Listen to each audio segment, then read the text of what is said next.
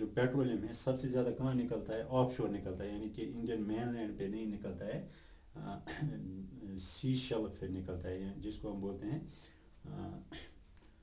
Continental shelf जिसको हम बोलते हैं। वो आप इंशाल्लाह आगे पढ़ेंगे जियोग्राफी में। जब हम लैंड से सी की तरफ जाते हैं, पहले एक ये आता है एरिया, उसको हम कॉन्टिनेंटल शेल्फ बोलते हैं। वो बहुत ही शेल्फ होता है, उसकी डेप्थ उतनी नहीं होती है। फिर कॉन्टिनेंटल स्लोप आता है, फिर ट्रेंचेस आते हैं, वो आप इंशाल्लाह आगे पढ़ेंगे।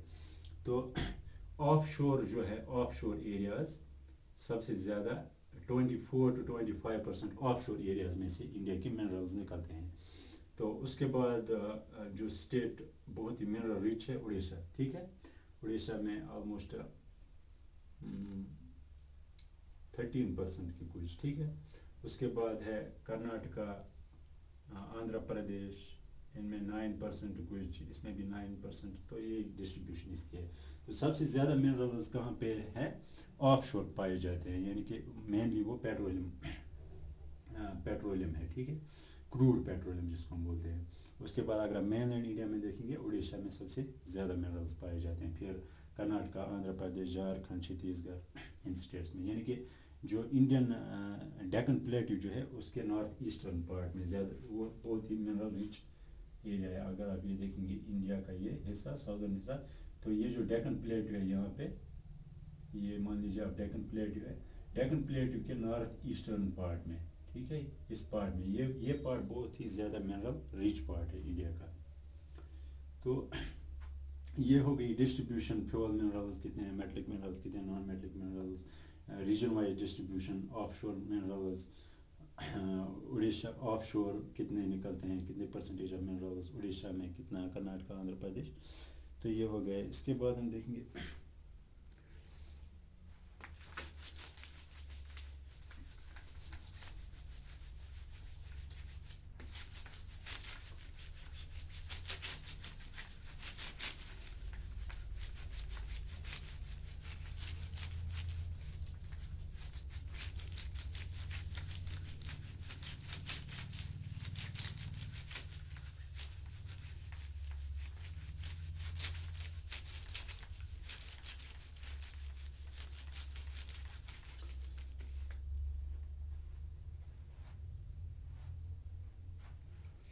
देखिए, इसके बाद हम देखेंगे, हाँ, मेटलिक मिनरल्स, और जो मेटलिक मिनरल्स होते हैं और जो नॉन मेटलिक मिनरल्स होते हैं।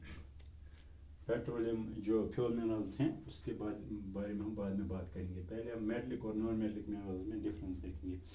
देखिए, जब हम मेटलिक मिनरल्स एक्सट्रैक्ट करते हैं अर्थ से, तो वो हम उसको हीट देते हैं, मेल्ट करते हैं, ठीक है। जब हम ये मेल्ट करते हैं तो इसमें से जो क्या बोलते हैं, जो और हमें निकालना होता है, जो एलिमेंट निकालना होता है, वो मेल्ट हो जाता है, ठीक है। फिर हम इजीली उसको सेपरेट कर सकते हैं। नॉन मेटलिक में इसमें आप एग्जांपल कोई सा भी एलिमेंट लीजिए, जिंक लीजिए, आप आयरन और लीजिए, आयरन लीजिए, ठीक है।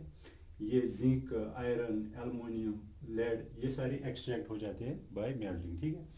अगर हम नॉन मेटलिक ओर्स लेंगे, नॉन मेटलिक मिनरल्स लेंगे, उसमें अगर आप फीड देंगे तो वो सेपरेट नहीं होते हैं, ठीक है, मेल्ट नहीं होते हैं।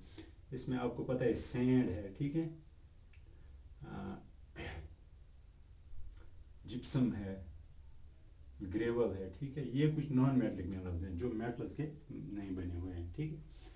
तो दूसरी चीज़, जो मेटलिक मिनरल्स होते हैं वो मेलिएबल होते हैं। मेलिएबल, डक्टाइल, मेलिएबिलिटी, डक्टिलिटी आपने पढ़ी होगी।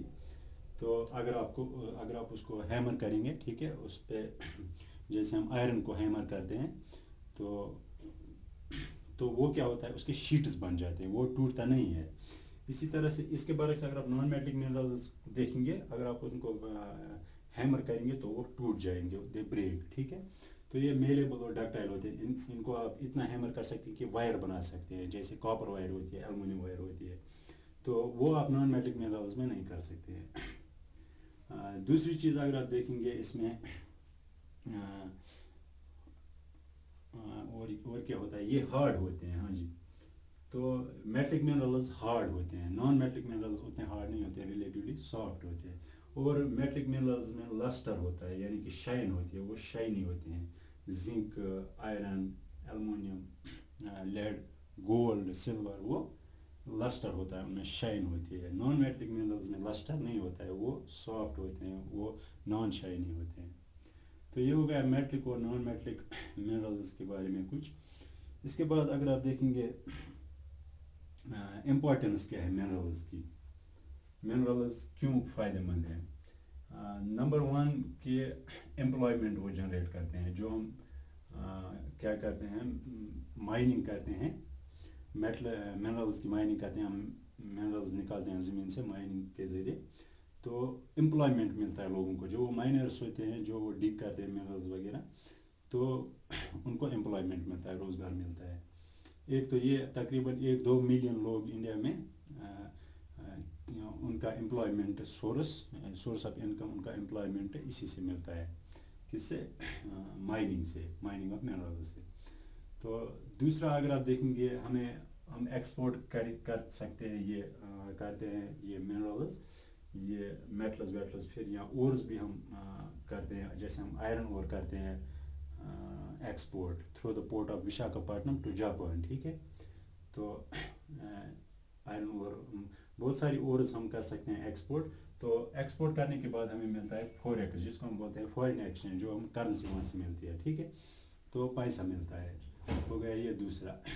अगर आप इसके बाद देखेंगे, इसके बाद वो और भी कुछ फ़ायदे हैं इसके, एम्प्लॉयमेंट मिलता है, फॉरेक्स मिलता है, ठीक है।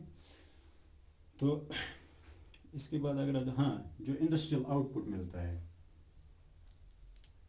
इंडस्ट्रियल आउटपुट, ये हम इंडस्ट्रीज में यूज़ करते हैं, तो हमें कुछ प्रोडक्ट्स वहाँ से मिलते हैं। जैसे आयरन एंड स्टील इंडस्ट्री में से हमें आयरन प्रोडक्ट्स मिलते हैं, स्टील प्रोडक्ट्स मिलते हैं, तो वो फिर फीड होते हैं दूसरी इंडस्ट्रीज़ को, सेकेंडरी इंडस्ट्रीज़ को, फिर वहाँ से भी कुछ प्रोडक्ट्स हमें मिलते हैं। तो इंडस्ट्रियल आउटपुट भी मिलता है। तो ये हो गया कुछ मेटलिक और नॉन मेटलिक मिनरल्स में, और मिनरल्स के कुछ फ़ायदे, मिनरल्स मुफीद क्यों हैं, किसी भी कंट्री के लिए मुफीद क्यों हैं। इसके बाद अगर आप देखेंगे, हम आयरन ओर के बारे में थोड़ा पढ़ेंगे। अब हम इंडिविजुअली पढ़ेंगे और इसके बारे में या मिनरल्स के बारे में। आयरन ओर अगर आप देखेंगे, मैंने बोला 1/4 of total global iron ore reserves are located in और प्रेजेंट इन इंडिया। तो बहुत ही रिच कंट्री है India in terms of iron ore reserves. तो अगर आप देखेंगे साउथ एशिया में, जिसमें इंडियन सब कॉन्टिनेंट आता है और श्रीलंका आता है या मालदीव्स वगैरह, साउथ एशिया में अगर आप देखेंगे, सबसे largest producer of iron ore जो है इंडिया है, ठीक है, साउथ एशिया में। लेकिन तो इसके बाद अगर आप देखेंगे इंडिया में कहाँ कहाँ पे आयरन ओर पाया जाता है, तो सबसे ज़्यादा आयरन ओर इंडिया में पाया जाता है किस स्टेट में? उड़ीसा में, ठीक है। सबसे ज़्यादा आयरन ओर उड़ीसा में पाया जाता है। इसके बाद अगर आप देखेंगे कर्नाटका में पाया जाता है, इसके बाद देखेंगे गोवा में पाया जाता है, इसके बाद देखेंगे आंध्र प्रदेश में पाया जाता है, ठीक है, इस ऑर्डर में, ठीक है। उड़ीसा में सबसे ज़्यादा, कर्नाटका में, उसके बाद गोवा में, उसके बाद, ठीक है। तो वो मैंने पहले भी बोला, उड़ीसा एक मिनरल रिच स्टेट है इंडिया में। तो अगर आप देखेंगे 36% ऑलमोस्ट यहाँ पे, ठीक है। कर्नाटका में इसका हाफ ऑलमोस्ट 18%, गोवा में 17% कुछ, इसमें 15%, ठीक है। तो इस ऑर्डर में यहाँ पे आयरन ओर पाया जाता है। इसके बाद अगर आप देखेंगे ज़्यादातर जो इंडिया में आयरन ओर रिजर्व्स हैं, उनमें कौन सा आयरन ओर पाया जाता है? हेमाटाइट, ठीक है, हेमाटाइट। उसके बाद मैग्नेटाइट, ठीक है।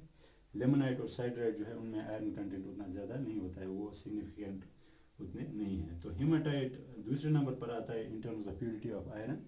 तो लेकिन इंडिया में सबसे ज़्यादा हेमाटाइट ही पाया जाता है, उसके बाद मैग्नेटाइट, ठीक है। तो ये हो गया कुछ आयरन ओर के बारे में। फिर iron ore iron and steel industry में यूज़ होता है, वो हमने देखा। तो बस यही है उसका। इंशाल्लाह नेक्स्ट टाइम हम पढ़ेंगे दूसरा कोई मिनरल।